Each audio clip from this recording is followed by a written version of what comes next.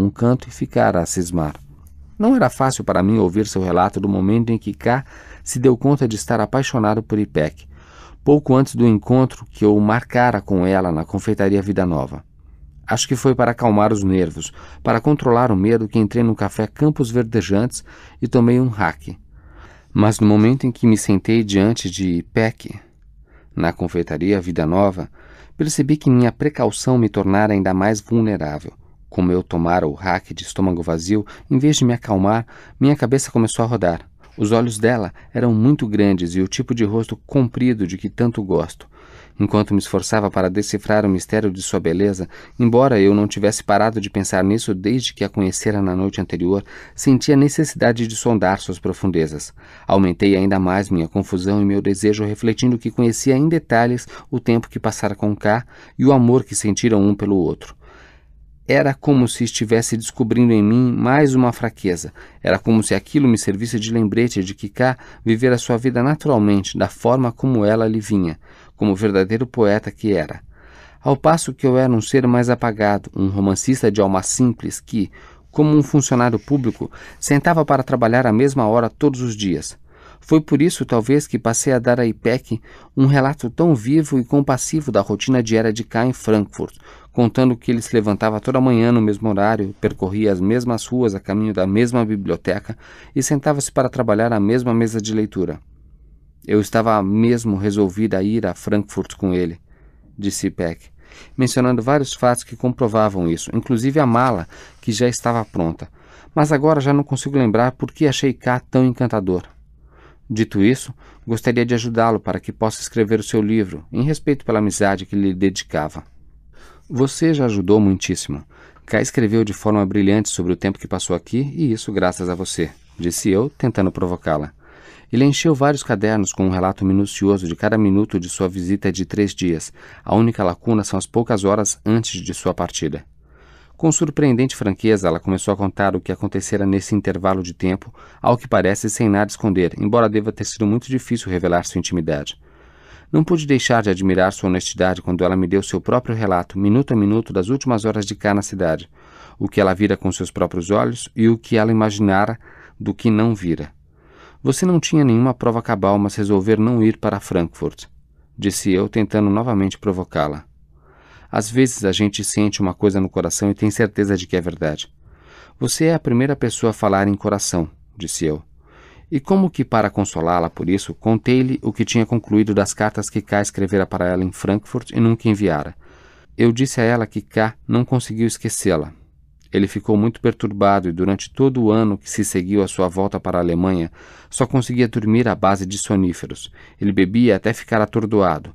Quando vagava pelas ruas de Frankfurt, não se passavam 15 minutos sem que confundisse alguma mulher vista à distância com Ipek. Até o fim de sua vida, passara várias horas por dia lembrando-se dos momentos felizes em que viveram juntos. O mesmo filme passando e tornando a passar em câmera lenta em sua cabeça. E alegrava-se muito toda vez que conseguia ficar ao menos 15 minutos sem pensar nela. Ele nunca mais tivera relações com nenhuma mulher, e depois de tê-la perdido, ficou com a sensação de não ser uma pessoa real, mas um fantasma. Quando via a expressão de dor em seu rosto, como se exclamasse mudamente, por favor, basta, quando suas sobrancelhas se arquearam como se diante de um enigma, percebi horrorizado que eu não estava defendendo a causa de meu amigo, mas a minha própria. Seu amigo pode ter me amado muito, disse ela, mas não o bastante para voltar a Kars para me ver. Havia uma ordem de prisão contra ele. Isso não deveria impedi-lo de vir. Ele poderia comparecer ao tribunal como ordenado e o caso seria encerrado. Por favor, não me entenda mal. Ele fez bem em não vir. Mas o fato é que Azul conseguiu entrar clandestinamente em Kars muitas vezes para vir me visitar, ainda que havia muito tempo que houvesse ordens de matá-lo.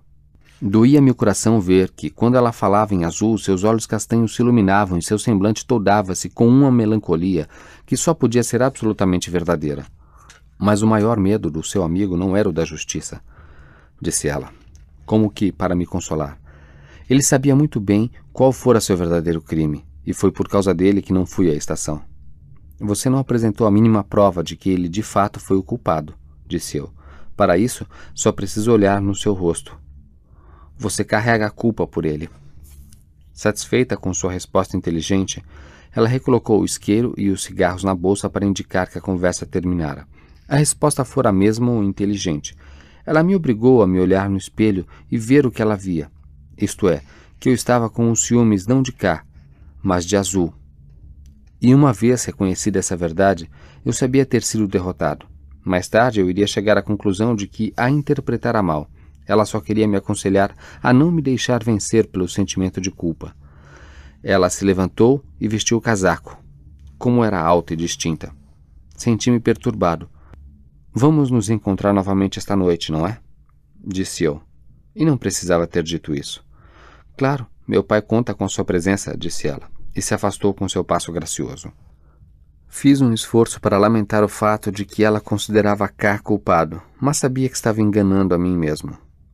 Na verdade, quando eu estava ali sentado evocando meu querido amigo falecido, o que eu queria mesmo era falar dele com uma voz cheia de melancolia, e então pouco a pouco expor suas fraquezas, suas obsessões, seu crime, e finalmente apagar sua nobre lembrança enquanto eu subia a bordo do mesmo navio que ela, para fazermos nossa primeira viagem juntos. Os sonhos que eu acalentara durante minha primeira noite em Kars, levar Ipek comigo para Istambul, agora pareciam muito distantes. Diante da vergonhosa verdade, tudo o que eu queria agora era provar a inocência de meu amigo. Podemos supor então que, no que dizia respeito aos 2 mortos, fora Azul que me despertara ciúmes, e não K? Percorrer as ruas cheias de neve de Kars, depois de anoitecer, só serviu para piorar o meu estado de ânimo. A televisão fronteiriça de Kars mudara-se para um novo prédio na avenida Karandag, em frente ao posto de gasolina. Era um edifício de concreto de 4 andares que fora anunciado em sua inauguração como um claro sinal de que Kars estava se destacando no cenário mundial. Não obstante, 2 anos depois, seus corredores estavam tão enlameados, escuros e sujos como todos os outros da cidade. Fazil estava esperando por mim no estúdio, que ficava no 3º andar. Depois de me apresentar aos 8 funcionários que trabalhavam com ele na emissora, sorriu afavelmente e disse: "Meus colegas querem saber se você não gostaria de dizer algumas palavras no programa da noite." Meu primeiro pensamento foi o de que aquilo poderia me ajudar em minha pesquisa. Durante minha entrevista de 5 minutos, o jovem apresentador dos programas, Hakan Orje, disse inesperadamente, embora talvez por sugestão de Fazil: "Ouvi dizer que você está escrevendo um romance ambientado em Kars." A pergunta me perturbou, mas consegui responder sem me comprometer. Não se fez menção a K. Entramos na sala do diretor para examinar as estantes cheias de videocassetes. Como todas tinham indicação de data, como a de praxe, localizamos logo as fitas das 2 primeiras transmissões ao vivo do Teatro Nacional. Nós as levamos a uma salinha abafada e nos sentamos com 2 copos de chá diante do velho aparelho de televisão. A primeira coisa que vi foi a performance de Kadif em A Tragédia de Kars. Devo confessar que fiquei impressionado com as vinhetas críticas de Sunay Zain e Funda Esther, para não falar das paródias de vários comerciais de televisão bastante populares à época. Na cena na qual Kadif descobriu a cabeça mostrando a bela cabeleira antes de matar Sunay, eu parei a fita. Voltei e repeti tentando ver o que acontecera exatamente. A morte de Sunay parecia mesmo uma cena de teatro. Achei que só as pessoas da primeira fila teriam alguma chance de ver se o carregador estava cheio ou vazio. Quando coloquei a fita de Minha Pátria ou o meu manto, logo percebi que os vários elementos da peça, as imitações, as confissões do goleiro Vural, as danças do ventre de Funda Esther, não passavam de pequenos shows paralelos que a trupe inseria em todas as peças que fazia. A barulheira, a gritaria e os slogans que se ouviam no salão, para não falar das más condições da fita, tornavam impossível entender o que se dizia. Mas eu repassei a fita várias vezes, tentando ouvir K recitando o poema a que ele mais tarde daria o título de O Lugar Onde Deus Não Existe. Quase por um milagre consegui anotar a maior parte dele. Quando Fazil me perguntou o que teria feito Necip levantar-se de um salto enquanto K recitava o poema, passei-lhe a folha de papel, em que eu anotara às pressas tudo o que... Quando chegamos à parte em que os soldados abriram fogo contra a plateia, assistimos a cena 2 vezes. Agora você já andou por toda a Kars, disse Fazil, mas há outro lugar que eu gostaria de lhe mostrar. Um tanto embaraçado, mas também com certo ar de mistério, ele me disse que o lugar que ele tinha em mente era a escola secundária religiosa. A escola mesmo estava fechada, mas como certamente eu porei Necip no livro também, era importante ver o alojamento onde ele passara os últimos anos de sua vida. Quando avançávamos na neve pela Avenida Conquistador, Ahmed Mutar viu um cão cor de carvão com uma mancha branca no meio da testa e ao me dar conta de que bem poderia ser o cão sobre o qual K escrevera um poema, entrei numa mercearia para comprar pão e um ovo cozido. O animal ficou abanando alegremente a cauda espiralada, enquanto eu descascava o ovo para ele. Quando Fazil viu que o cão estava nos seguindo, disse: "Esse é o cachorro da estação." Eu não lhe contei tudo lá, talvez por temer que você não quisesse vir. O velho alojamento agora está vazio. Depois do golpe, ele foi fechado. Desde então, ninguém mais mora lá. E foi por isso que eu trouxe esta lanterna da estação. Dito isto, apontou a lanterna para os olhos ansiosos do cão negro, que continuava a abanar a cauda. O alojamento, uma velha mansão armênia, já sediara o consulado russo, onde o cônsul morava sozinho com seu cão. A porta que dava para o jardim estava trancada. Fazil me tomou pela mão e me ajudou a pular o muro baixo. Era assim que a gente fugia de noite, disse ele. Ele apontou para uma grande janela lá no alto. Passando pela janela sem vidraça com facilidade de quem já estava habituado a fazer isso, ele se voltou para iluminar o meu caminho com a lanterna. "Não tenha medo", disse ele. "Aqui só tem pássaros, mais nada." Lá dentro estava escuro feito breu. Muitas janelas estavam fechadas com tábuas e as vidraças das outras estavam tão sujas e cobertas de gelo que a luz não as atravessava. Mas Fazil achou sem dificuldade o caminho que levava às escadas. Ele avançou sem hesitação, mas voltando-se o tempo todo, como uma lanterninha de cinema para me mostrar o caminho. Tudo cheirava a poeira e a mofo. Passamos por portas que tinham sido arrombadas a pontapés na noite da invasão e por paredes crivadas de balas. Acima de nossa cabeça, pombos voavam assustados dos ninhos que tinham construído nos ângulos dos tubos de água quente e nos cantos do teto alto. No último andar, andamos por entre beliches vazios e enferrujados. "Esta era a minha cama, e esta a de Necip", disse Fazil. Havia noites em que, para não acordar ninguém com os nossos sussurros, dormíamos na mesma cama, contemplávamos as estrelas e conversávamos. Pelas frestas de uma janela alta, víamos flocos de neve movendo-se devagar no halo da lâmpada do poste de iluminação.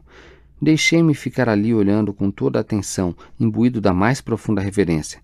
Necip costumava olhá-las da cama, disse Fazil. Ele apontou para a estreita abertura entre dois edifícios. À esquerda, logo depois do jardim, via-se a parede sem janelas do Banco Rural. À direita, outra parede sem janelas, os fundos de um alto edifício de apartamentos. O espaço de 2 metros entre elas, estreito demais, é antes um corredor que uma rua. Uma lâmpada fluorescente no primeiro andar projetava uma luz violácea no chão enlameado lá embaixo. Para evitar que as pessoas confundissem o corredor com uma rua, colocara-se no meio da parede um cartaz em que se lia "Entrada proibida". No fim do corredor, que segundo Fazil inspirara a visão de Necip do fim do mundo, havia uma árvore escura e sem folhas, e no exato instante em que a observávamos, ela ficou vermelha, como se estivesse em chamas. Faz 7 anos que a luz vermelha do letreiro do estúdio fotográfico Palácio de Luz tem esse defeito, sussurrou Fazil. Ela fica acendendo e apagando, e toda vez que a víamos piscando da cama de Necip, aquele oleandro parecia estar em chamas. Muitas vezes Necip sonhava com essa visão a noite inteira. Ele chamava a visão de aquele mundo, e ao alvorecer das noites insones, às vezes dizia: "Fiquei vendo aquele mundo a noite inteira." Ele conversou com K sobre aquilo e seu amigo o pôs num poema. Percebi isso ao assistir à gravação do programa, e foi por isso que eu o trouxe aqui. Mas seu amigo desonrou Necip ao intitular o poema "O Lugar Onde Deus Não Existe." Foi seu amigo quem descreveu essa paisagem para K, chamando-a de "O Lugar Onde Deus Não Existe", disse eu. "Tenho certeza", acrescentei. "Não acredito que Necip tenha morrido ateu", disse Fazil em tom cauteloso. Exceto pelo fato, é claro, de que tinha dúvidas quanto a si próprio. "Você não ouve mais Necip dentro de você?" perguntei. "Essa história toda não faz... Bom, não faz ter medo de ir se tornando ateu tão gradualmente que nem se dê conta disso, como o homem da história?" Fazil não gostou de ver que eu sabia das dúvidas que ele expusera a K 4 anos antes. "Agora sou um homem casado. Tenho um filho", disse ele. "Agora não tenho mais interesse por esse assunto. Pode ser que estivesse me tratando como alguém que viera do Ocidente para aliciá-lo para o ateísmo, porque de repente ele assumiu uma atitude mais conciliadora." "Vamos deixar esse assunto para depois", disse ele em tom amigável. "Estão nos esperando para jantar em casa de meu sogro, e não seria certo deixá-los esperar, não é?" Mas antes de descermos as escadas, ele me levou ao grande salão onde outrora funcionara a principal seção do consulado russo. Apontando para a mesa, as cadeiras e as garrafas de rack quebradas a um canto, ele disse: quando as estradas se abriram, Zedemirkol e sua equipe de operações especiais ficaram aqui por alguns dias para poderem matar mais islamitas e nacionalistas curdos. Até aquela altura eu conseguira deixar aquela parte da história fora de minha mente, mas agora ela voltava para mim como por vingança. Eu não queria, de modo algum, pensar sobre as últimas horas de cá na cidade. O cão cor de carvão ficara esperando por nós no portão do jardim e nos acompanhou até o hotel. Você parece estar muito perturbado, disse Fazil. Qual é o problema? Antes de irmos jantar, você pode dar um pulinho em meu quarto? Eu queria lhe dar uma coisa. Quando peguei minha chave com Kavitz, olhei pela porta aberta do escritório de Turgut Bey e vi a sala iluminada mais adiante. A comida disposta à mesa, ouvi os convidados conversando e senti a presença de Ipek. Eu trazia na mala as fotocópias que Ká fizera das cartas de amor escritas por Necip para Cadife, 4 anos antes. E, quando chegamos ao quarto, eu as entreguei a Fazil. Só muito depois me ocorreu que eu queria que ele fosse atormentado pelo fantasma de seu amigo tanto quanto eu o era pelo de Ká. Fazil sentou-se à beira da cama para ler as cartas e eu tornei a mala para pegar um dos cadernos de Ká. Abrindo-o no floco de neve que eu vira pela primeira vez em Frankfurt, vi uma coisa que uma parte de mim podia ter reconhecido havia muito tempo. Ká situara o lugar onde Deus não existe bem no alto do eixo da memória. Isso me faz pensar que ele estivera no alojamento deserto que Zedemirkol e seus amigos usaram como base de operações no finalzinho do golpe. Olhara pela janela de Necip e então descobrira, pouco antes de partir de Kars, a verdadeira origem da paisagem de Necip. Todos os outros poemas no eixo da memória reportavam-se à sua infância ou às suas lembranças de Kars. Então, também, eu me convenci da verdade da história em que toda a Kars acreditava. Depois de fracassar na tentativa de convencer Cadife a desistir da peça, e enquanto Ipek estava presa no quarto dele, Ká procurara Zedemirkol, que o esperava em sua nova base de operações, para ouvir de Ká onde podia encontrar Azul. Tenho certeza de que, naquele momento, minha expressão de espanto nada ficava a dever à de Fazil. Lá de baixo vinham os ecos das conversas dos convidados, os ruídos da rua, os suspiros da triste cidade de Kars.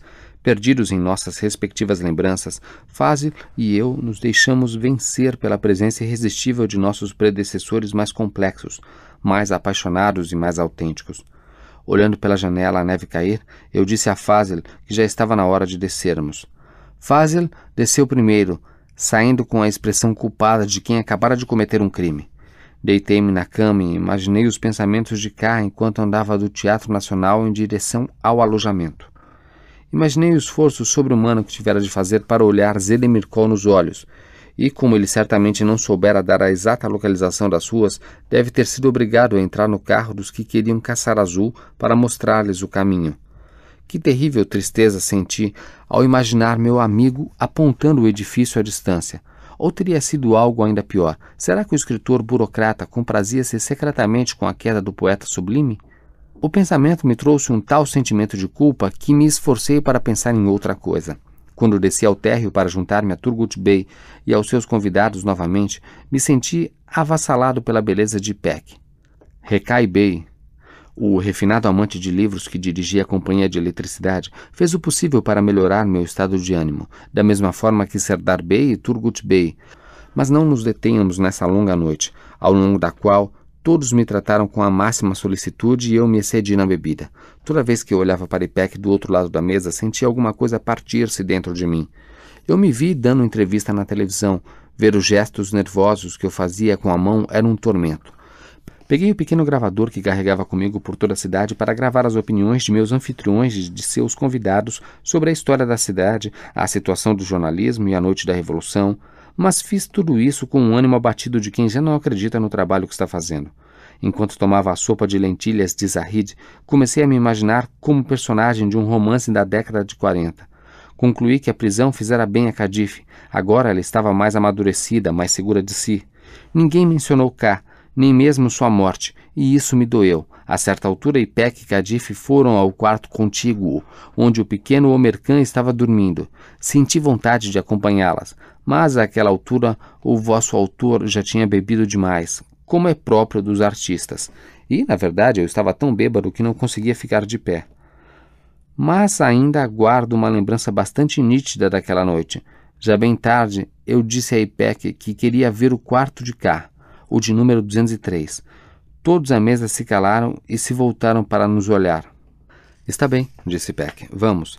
Ela pegou a chave na recepção e eu a segui escada acima. O quarto, a janela, as cortinas, a neve, o cheiro de sono, o aroma de sabonete, o leve cheiro de poeira, o frio. Enquanto Ipek olhava, ainda desejosa de me conceder o benefício da dúvida, mas não totalmente confiante, sentei-me à beira da cama onde meu amigo passara os melhores momentos de sua vida fazendo amor com aquela mulher. E se eu morresse ali? Se eu declarasse meu amor por Ipek? Se eu ficasse ali olhando pela janela? Estavam todos embaixo esperando por nós. Sim, todos esperavam por nós à mesa. Murmurei umas bobagens que fizeram Ipek sorrir. Lembro-me de que ela me brindou com um sorriso muito doce quando eu lhe disse as palavras vergonhosas que ensaiara previamente. Nada dá mais felicidade do que o amor. Nem os livros que a gente escreve, nem as cidades que a gente vê. Sinto-me muito sozinho. Se eu lhe dissesse que quero ficar aqui, nesta cidade, junto de você até o fim da minha vida, você acreditaria? Orhan Bey, disse Ipek. Fiz o possível para amar Muhtar, mas não adiantou. Eu amei Azul de todo o coração, mas de nada adiantou. Eu achei que podia aprender a amar cá, mas isso também não deu em nada. Eu sonhava com um bebê que nunca veio. Acho que nunca mais vou amar ninguém. Simplesmente não tenho coração para isso. A única coisa que desejo agora é cuidar do meu sobrinho, o Mercan, mas de qualquer forma eu lhe agradeço, ainda que não possa levar sua proposta a sério. Pela primeira vez em minha presença, ela não dissera seu amigo, ela disse cá, e eu lhe agradeci efusivamente por isso. Será que poderíamos nos encontrar no dia seguinte ao meio-dia na confeitaria Vida Nova só para falar um pouco mais de cá? Ela sentia muito, mas estava muito ocupada. Mas querendo agir como uma perfeita anfitriã, prometeu ir na noite seguinte à estação com o resto da família para se despedir de mim. Eu agradeci e confessei que não teria forças para voltar à mesa de jantar.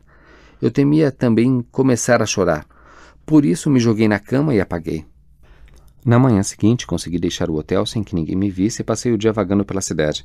Primeiro com Muhtar, depois com Serdar Bey e Fazil. Como eu esperava, o fato de aparecer no noticiário da noite da televisão predispôs a gente de Kars a conversar comigo. Por isso, consegui reunir muitas informações essenciais que esclareceram o final de minha história. Muhtar me apresentou ao proprietário do periódico Lança, o primeiro jornal militante islamita de Kars, tiragem de 75 exemplares. Conheci também um farmacêutico aposentado que era o gerente editorial do jornal, embora ele tenha se atrasado muito para o encontro.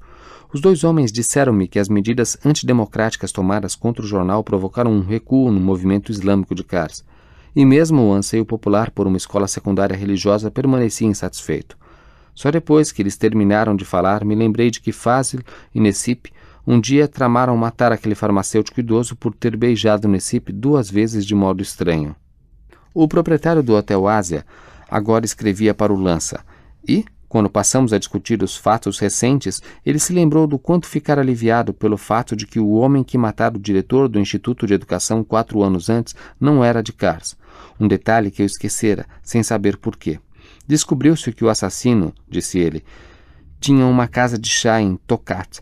Mais tarde ficou provado que ele cometera outro assassinato mais ou menos à mesma época, usando a mesma arma. Quando os exames balísticos chegaram de Ankara, o homem de Tokat foi acusado do crime e confessou que fora Kars. Segundo um relatório médico apresentado ao tribunal, ele sofrera um colapso nervoso, por isso o juiz o encaminhou ao hospital psiquiátrico de Bakirköy.